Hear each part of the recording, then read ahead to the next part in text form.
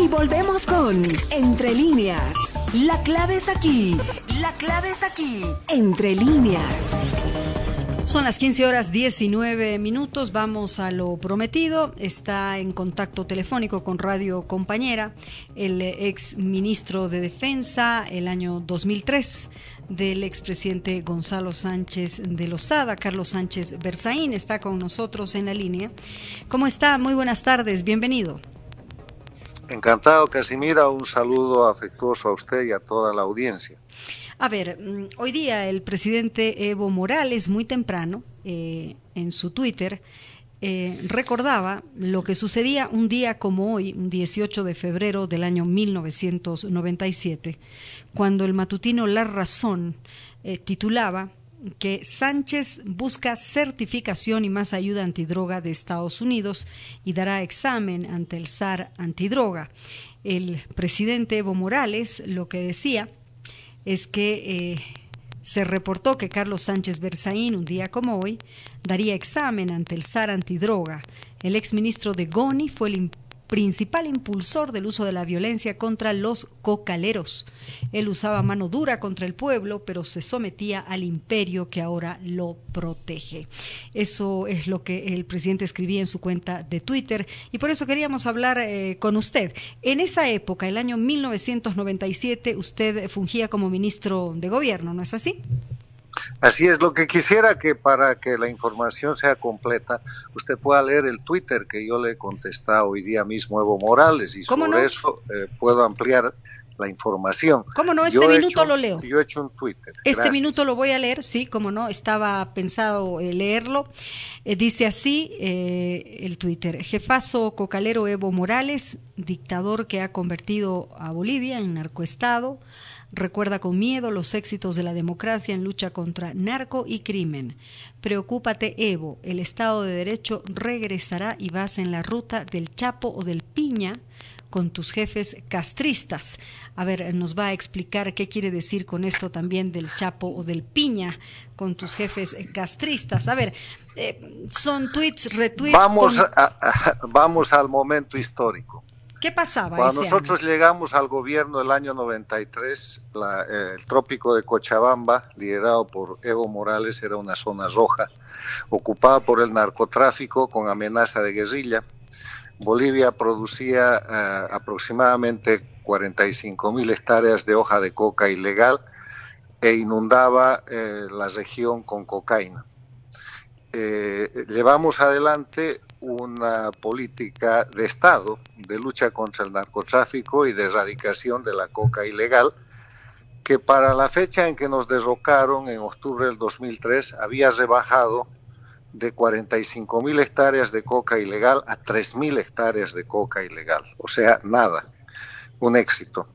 La zona roja del Chapare había pasado a ser, gracias a nuestra política, una zona industrializada en la cual se introdujo desarrollo alternativo, ganadería, industria del té, producción de varios productos de exportación, y estaba cambiando la economía de la región. Lo que pasa, y este tuit de Evo Morales de hoy día es muy importante para marcar el verdadero eje de confrontación entre Evo Morales y nuestro gobierno, entre Evo Morales y Sánchez Berzaín. El problema entre Evo Morales y Sánchez Berzaín no es ideológico. El problema entre Evo Morales y sus cocaleros y el MAS y el MNR y el gobierno del presidente Sánchez Lozada no es ideológico ni político. Es un problema de lucha contra el narcotráfico, de éxito en la lucha contra el narcotráfico y de éxito en la lucha contra el crimen organizado. Lo que pasa es que cuando el dirigente cocalero toma el poder en Bolivia, y podemos verlo con datos concretos, pone en marcha el crecimiento de la producción de coca ilegal. Hoy día esa extensión es de cuantía indeterminada, se calcula que supera los 60 o 70.000 hectáreas. Bolivia está convertida y señalada como un narcoestado.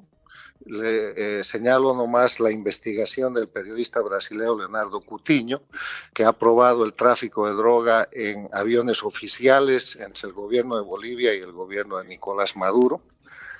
Bolivia ha expulsado la cooperación internacional, incluida la DEA, evita que se haga el control efectivo cada año de los cultivos de coca, y el líder cocalero sigue siendo líder cocalero, además de que se ha convertido en dictador de Bolivia, que gobierna por 13 años, ha liquidado la República de Bolivia, ha creado un Estado plurinacional y está vinculado con el eje Caracas-La Habana, a quienes defiende públicamente.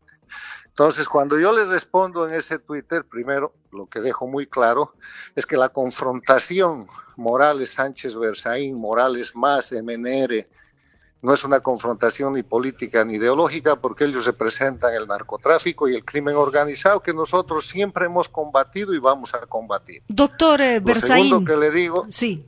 Es que cuando retorne el Estado de Derecho, todo cambiará y las cosas tendrán que volver a su lugar en Bolivia. Doctor Berzaín, ¿cómo le fue a usted en ese examen ante el SAR antidroga en ese año? Obviamente no era un examen, eso es lo que escribe Evo Morales, eso es lo que escribe el jefe de la delincuencia organizada del narcotráfico en Bolivia.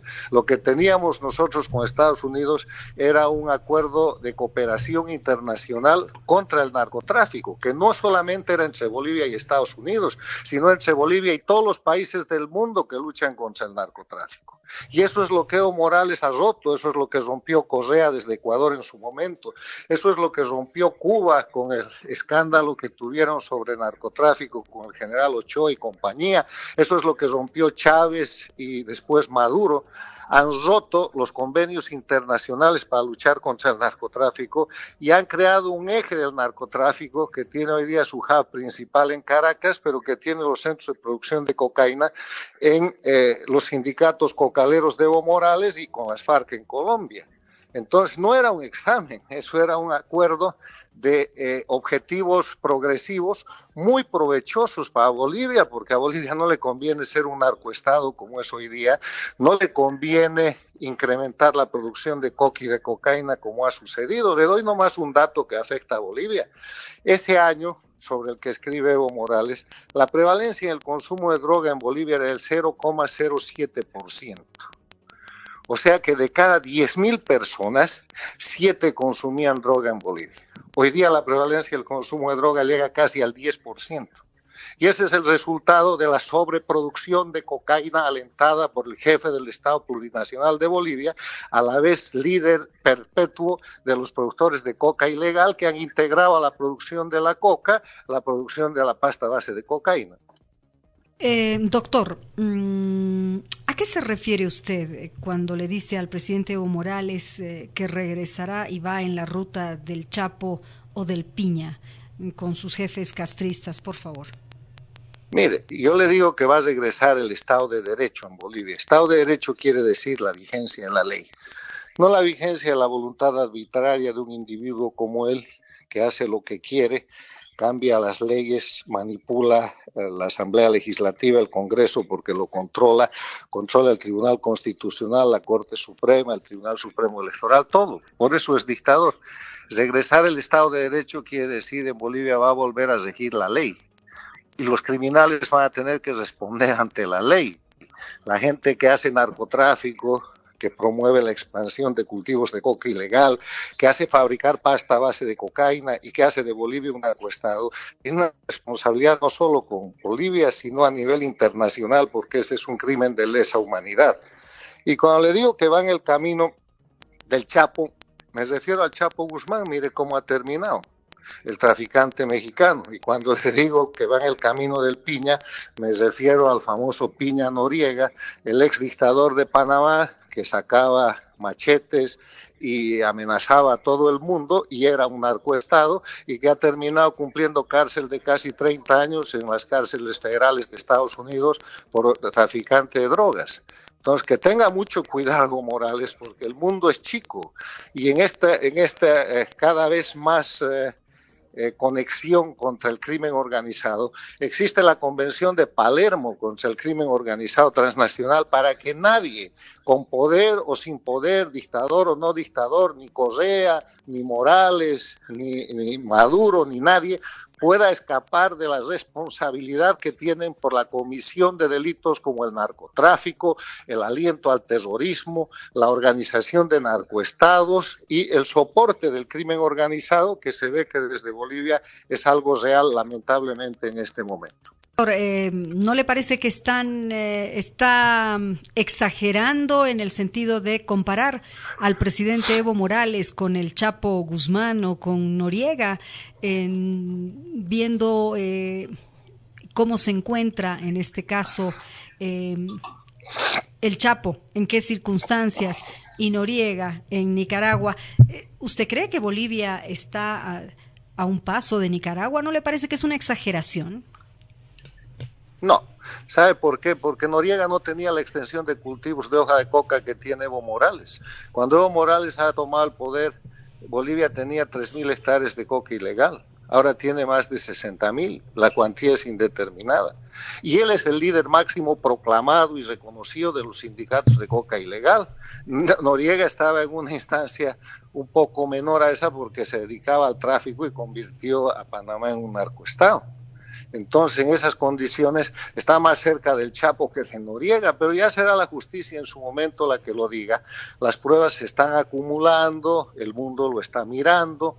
Él mismo en sus declaraciones, Evo Morales, cada vez se enreda más, porque ha ido inclusive a las Naciones Unidas a defender el tema del narcotráfico y del cultivo de la coca, controla él mismo la ampliación de los cultivos de coca ilegal en el Chapare, mientras reprime ferozmente los cultivos de coca legal de los Yungas de La Paz, y ahí hay presos políticos, hay masacres y hay una serie de elementos, y yo creo que por la brevedad del Twitter más bien me he quedado corto, pero podemos hablar de esto extensamente y la prueba tiene alcance mundial.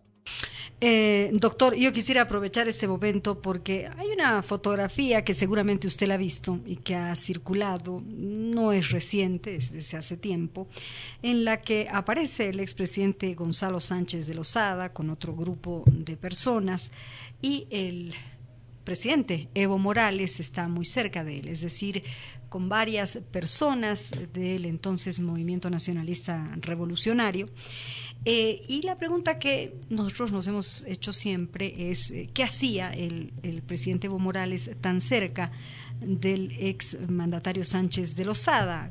¿Cuál ha sido esa relación que ellos han tenido? Hay muchas fotos con Evo, yo tengo muchas fotos con él en mis visitas al Chapare, el presidente Sánchez Lozada también. No se olvide que en el gobierno, en los gobiernos democráticos del MNR, el diálogo era parte de la actividad normal de gobierno. Hemos estado en el trópico de Cochabamba, hemos estado repetidas ocasiones en Cochabamba, en el Hotel Cochabamba y otras instalaciones, muchas más en La Paz, recibiendo dirigentes cocaleros, no solamente Evo Morales, por ahí estaba Felipe Cáceres y otro tipo de dirigentes que el propio Evo ha eliminado, como Eudoro Barrientos y otros dirigentes que recuerdo de la época. Son fotos de ese tiempo, pero yo quiero dejar algo claro. Evo Morales nunca ha pertenecido al MNR, nunca ha formado parte del proyecto político del nacionalismo revolucionario, porque él era un dirigente cocalero, y después cuando ha llegado al Congreso, donde también tenemos muchas fotos, porque entre otras cosas le quiero comentar que yo fui el diputado como jefe de bancada de oposición que forzó a Evo Morales a reconocer a su hija Evalina. No la quería reconocer. ¿Su hija Evalis? Entonces me buscó... ¿Evalis, sí, dice usted? Me buscó Evalis, y me buscó la mamá de Evalis en el Congreso, trayendo una niña en los brazos, de meses o seguramente de cerca de un año, no recuerdo la edad de la niña, pero era una pequeña, y vino a acusar a Evo Morales en la Cámara de Diputados que no quería reconocer a Evalis. Entonces yo emprendí, y pueden revisar los archivos de la Cámara de Diputados, yo pedí una cuestión previa y emplacé a Evo Morales a que reconozca a la niña. Y eso tomó un debate de casi una semana, siendo presidente de la Cámara Guido Áñez, hasta que se llegó a un acuerdo en que forzadamente Evo Morales aceptó reconocer a la niña, aunque no aceptó que yo sea el padrino del reconocimiento como le había ofrecido cuando hice esa petición. Entonces hay mucho terreno recorrido con Evo Morales, tenemos fotos, tenemos una serie de cosas, pero nunca ha sido ni parte del proyecto político del MNR, ni parte del proyecto democrático, siempre ha sido una contraparte, y después él ha pasado de ser dirigente cocalero a representar directamente el narcotráfico y el crimen organizado, y por eso también pedí el año 2001, allá por octubre, su separación del Congreso Nacional, porque Evo Morales produjo la masacre de Sacaba, siendo presidente Tuto Quiroga. Evo Morales hizo asaltar las ambulancias desarmadas que salían de un hecho de sangre que los cocaleros habían promovido, y mataron a los ocupantes y mataron a los heridos, y por eso yo pedí su separación del Congreso. Eso se produjo, y después de eso no fue a dar a la cárcel porque hizo un arreglo con quien resultaría después su víctima, que es Leopoldo Fernández, que es preso político de Evo Morales, seguramente el más antiguo preso que él tiene. O sea, hay mucha historia de por medio, pero siempre la conducta criminal, la agresión y el estar al margen de la ley ha sido característica de Evo Morales. Y hay fotos, y hay films, y hay de todo, pero eso no quiere que yo me saque una foto o él se saque una foto conmigo, donde estamos negociando, donde estamos cerrando un acuerdo, uno de las decenas de acuerdos que él ha hecho para erradicar coca, que cumplía en ocasiones y que incumplía en otras, no quiere decir nada. Yo quiero hacerle una última consulta respecto a los cocaleros, porque los de los Yungas están organizando comités de autodefensa, están analizando si van a dejar entrar o no a la policía, porque según ellos, sus comités de autodefensa dirigidos por gente joven se está organizando en todas las federaciones de las 3 provincias, y lo que ellos quieren es defendernos de este atropello. ¿A qué se refieren? A que se estaba hablando hace unos días de que se realizó el pasado domingo una asamblea extraordinaria en la Calzada, porque estaban culpando también de que habrían querido molestar a un dirigente también de los cocaleros, pero en el Chapare. La verdad que nosotros siempre nos preguntamos, hay esa pelea entre los cocaleros de los Yungas y los cocaleros del Chapare. ¿Eso se vivió en años pasados, doctor Berzaín? Usted que ha sido ministro de Gobierno, ministro de Defensa, ¿qué recuerda? Mire, no recuerdo sino lo que es la pura verdad. La verdad es que en Bolivia hay una coca tradicional o coca legal que sirve para el consumo legal, para el aculico, para pichar, para las cosas medicinales y para los temas de salud. Esa es la coca de los Yungas de La Paz. La coca del Chapare, salvo un pequeño sector de las Yungas de Mandiola, que también era coca tradicional, pero nunca más de unas 400 o 350 hectáreas, que los Yungas de Mandiola son la parte de los Yungas de Pojo y Pocona, en el departamento de Cochabamba. Eso es también coca tradicional, pero todo el resto de la coca del Chapare es la coca que viene con los cultivos a mediados o a principios de la década de los 80, y esa es coca ilegal que tiene que ser erradicada. Técnicamente y científicamente se ha demostrado que la coca de los Yungas es coca apta para este tipo de usos humanos, porque tiene un nivel alcalino mucho más bajo que la coca del Chapare. La coca del Chapare es despreciada para aculicar o para pichar y sirve de materia prima para el narcotráfico. Entonces, Evo Morales, que es el promotor de la expansión de los cultivos de coca ilegal y el sostenedor de esa área, porque el partido político de Evo Morales, su fuerza política, son los cocaleros del trópico de Cochabamba, los 5 sindicatos cocaleros tradicionales, que creo que ahora ya son 7. Ellos han tratado de legalizar la materia prima para el narcotráfico y para eso han cambiado y han vulnerado la ley 1008. Y ahora lo que están tratando de hacer es acabar con la región del cultivo de coca legal, porque el porcentaje de coca de los Yungas de La Paz que va al narcotráfico es muy pequeño. En cambio, el porcentaje de la producción de coca del Chapare que va al narcotráfico es casi total, es Ahora, más todavía. El Chapare produce ya pasta a base de cocaína más que producir coca. Entonces, ahora, doctor, esa es la disputa que siempre ha existido, la coca legal versus la coca ilegal. No sé si escuchó usted hablar del Lamborghini que está en el Chapare, no sé si ha leído usted las últimas informaciones en Bolivia. Y bueno, la persona que estaba siendo sindicada de haber traído el Lamborghini hasta el Chapare dijo que no, que nada tenía que ver, pero Juana Quispe, diputada por el Movimiento al Socialismo, dijo que los productores de la hoja de coca pueden comprarse, por ejemplo, vehículos lujosos como un Lamborghini, porque han diversificado su producción. Es decir, a diferencia de los cocaleros de los Yungas, los cocaleros del Chapare sí pueden comprarse un Lamborghini. Y los cocaleros de las Yungas están en la cárcel acusados por el régimen cocalero ilegal y del narcoestado de Evo Morales. O sea, hay que mirar la realidad objetiva, Casimira. Todo lo que yo le estoy diciendo está documentado en la historia objetiva, en la realidad objetiva, y ustedes lo que están viviendo hoy día es la dictadura de los sindicatos cocaleros de Evo Morales que se han subordinado al proyecto castrochavista de Cuba y Venezuela y han entregado la patria. Han liquidado la república y han construido un estado plurinacional que es un narcoestado. Y unas de las víctimas en ese camino son los cocaleros de los Yungas de La Paz, que tienen el pecado mortal de cultivar coca legal. Doctor, ¿usted cree que un narcoestado, como se refiere a Bolivia, estará en capacidad, por ejemplo, el presidente de Paraguay reunirse con el presidente Evo Morales a principios de marzo? Es decir, en diplomacia el presidente Evo Morales continúa siendo muy fuerte. Bueno, son las relaciones que él maneja a nombre del Estado. Una cosa son las relaciones de Estado y otra cosa son la condición delictiva que tienen esos. Mire usted, los dictadores, Castro se ha reunido con todo el mundo, la gente se desesperaba por ir a visitar a Fidel Castro, pero eso no quita que haya sido un criminal, un tipo metido desde la producción y el sostenimiento de las guerrillas en los 60, Bolivia lo sufrió con la presencia del Che Guevara, terrorismo urbano en los 70, narcotráfico con Ochoa y compañía, y todo el mundo iba y le daba la mano a Fidel porque le interesaba el tema de la relación con el Estado, lo mismo que con Chávez y lo mismo que con Maduro, con Chávez además porque Chávez regalaba dinero.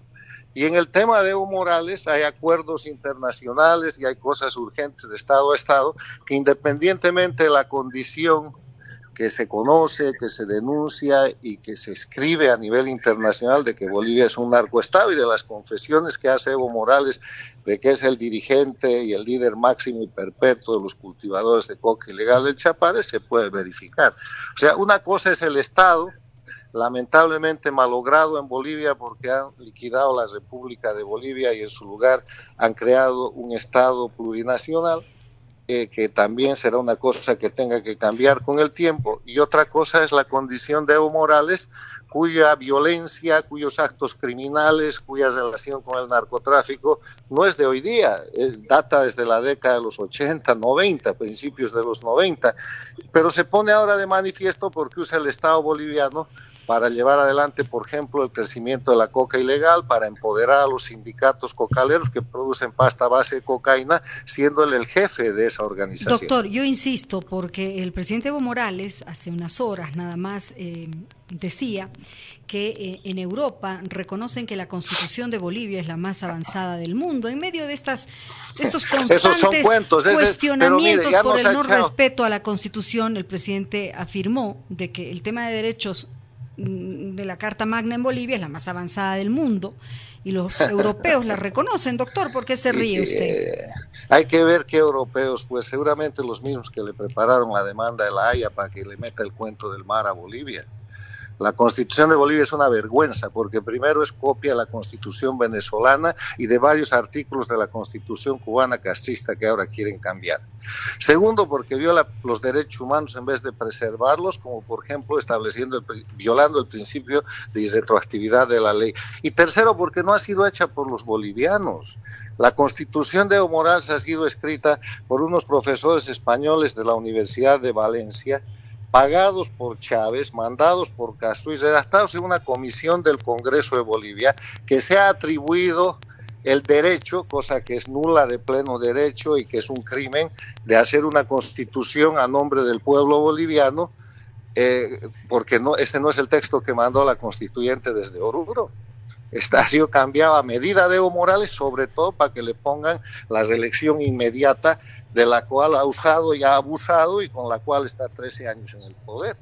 O sea, yo me río porque Evo Morales miente impunemente, paga lobbies, paga apoyos internacionales, gastos extraordinarios para que se lo escriban que lo está haciendo bien, pero la realidad objetiva es totalmente diferente. Es como el tema de la economía del que podemos hablar un día. Bolivia ya no tiene gas, Bolivia tiene problemas de deuda externa gigantesca, disimulada, manipulada para que no se sepan las verdaderas cifras. Nunca se habla de la deuda interna, los recursos de los fondos complementarios, de los fondos de capitalización y de las entidades de jubilación han sido prácticamente desaparecidos por el Estado, que mantiene la estabilidad del dólar de manera totalmente ficticia y sobre la cual los economistas están dando ya alertas desde hace casi 2 años. Finalmente, doctor, usted ha escrito y sobre las democracias que no pueden aplicar fallos judiciales infames de dictaduras y una vez más, doctor, usted, bueno, habla de Nicaragua, de Ecuador, de Bolivia, de Venezuela, afirmando que las democracias del mundo deben revisar estas decisiones judiciales que quieran aplicarse en sus jurisdicciones. A ver, explíquenos un poco esto, por favor. Mire, la esencia de la democracia es la división e independencia de poderes, en la cual el poder judicial tiene la potestad muy importante de controlar la constitucionalidad y la legalidad de los actos de los otros poderes, del poder ejecutivo y del poder legislativo. En Bolivia, en Venezuela, en el Ecuador de Rafael Correa, en Nicaragua y obviamente en Cuba, el gobierno controla todos los poderes del Estado. ¿Quién tiene duda en Bolivia de que el poder judicial, la Corte Suprema, los jueces y el Tribunal Constitucional son empleados de Evo Morales? ¿Acaso no han visto que los nombra como quiere, que fabrica elecciones y que después cuando le hacen favores los nombra cónsules, embajadores y les da premios? Y a los que no hacen algo que él quiere o tratan de cumplir la ley, los amenazan y los enjuician, como ese juez de Santa Cruz que ahora mismo está bajo amenaza por haber querido aplicar el mandato de la ley respecto al referéndum del 29. Entonces, cuando tenemos esa clase de jueces, esos jueces se llaman jueces infames. Y los fallos y las resoluciones que emiten los jueces infames, que no son otra cosa que agentes del gobierno, son nulos de pleno derecho. Entonces, cuando esos fallos salen al exterior, las democracias del mundo, donde se respeta el debido proceso legal, la presunción de inocencia, la igualdad jurídica de las partes, la obligación de que el juez sea imparcial y esa serie de garantías universales que no existen en Bolivia, no tienen por qué cumplir esas sentencias. Eso es a todo lo que se refiere mi columna de esta semana. Doctor, ¿es usted un sometido al imperio? Al imperio de la ley. Siempre he sido un sometido al imperio de la ley, pero este discurso del imperio que usa Evo Morales para hablar de Estados Unidos es el viejo discurso castrista que viene desde el año 59. Ya tendría que cambiar de discurso y ser más original, porque si no se ha enterado, Evo, estamos en tiempos de la globalización, de la revolución tecnológica e informática, en la cual incluso la censura a la libertad de prensa que él impone está relativizada por la tecnología. Doctor, muchas gracias por estos minutos con Radio Compañera. Será hasta una próxima oportunidad. Gracias, hasta luego. Ya volvemos con más Entre Líneas. La clave está aquí. La clave está aquí.